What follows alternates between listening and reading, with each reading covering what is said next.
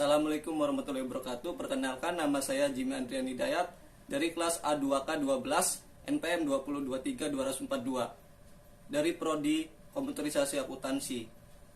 Di sini saya akan membahas pada mata kuliah komunikasi dan presentasi tentang komunikasi efektif. Komunikasi efektif adalah komunikasi yang mampu untuk menghasilkan perubahan sikap pada orang yang terlihat dalam komunikasi. Tujuan komunikasi efektif adalah memberi kemudahan dalam memahami pesan yang disampaikan antara pemberi dan penerima, sehingga bahasa lebih jelas, lengkap, dan pengiriman dan umpan balik seimbang, dan melatih menggunakan bahasa nonverbal secara baik. Menurut Jalaluddin dalam bukunya Psikologi Komunikasi menyebutkan, komunikasi yang efektif ditandai dengan adanya pengertian dan menimbulkan kesenangan. Dengan adanya pengertian dapat menimbulkan kesenangan, mempengaruhi sikap, meningkatkan hubungan sosial yang baik, dan pada akhirnya menimbulkan suatu tindakan.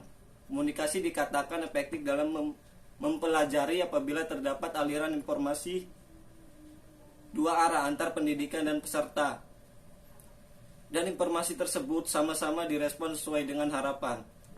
Kedua pelaku komunikasi sama responnya sesuai dengan harapan.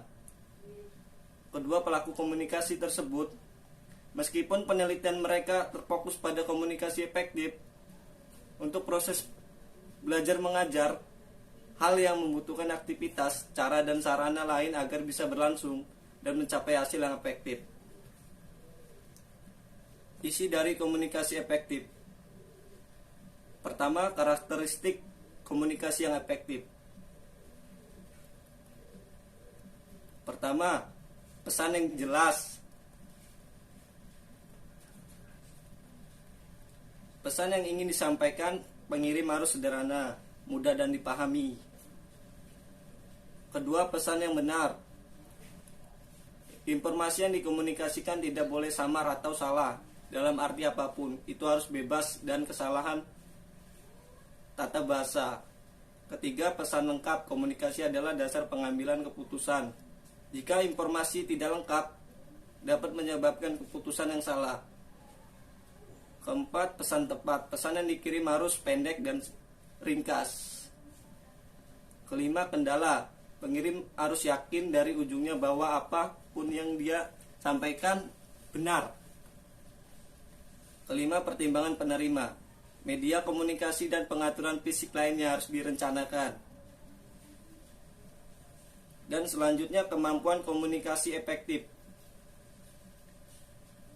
Yang menyampaikan pesan secara efektif adalah seni serta keterampilan yang dikembangkan setelah latihan dan pengalaman berkelanjutan.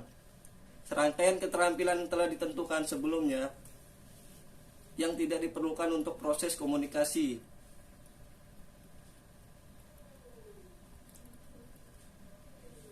Mendengar dan memahami. Keterampilan paling penting dalam diri seorang adalah dia harus menjadi pendengar yang baik. Kecerdasan emosional. Seorang harus sadar secara emosional dan mampu mempengaruhi orang lain. Manajemen karyawan. Komunikasi yang efektif memastikan disiplin diri dan manajemen efisien karena karyawan didengar oleh manajemen puncak dan ada komunikasi terbuka dalam organisasi. Membangun tim. Orang-orang dalam organisasi bekerja sebagai tim untuk mencakup tujuan bersama sehingga komunikasi yang efektif meningkatkan moral seluruh tim. Sekian penjelasan dari komunikasi efektif pada mata kuliah komunikasi presentasi dari saya. Terima kasih. Wassalamualaikum warahmatullahi wabarakatuh.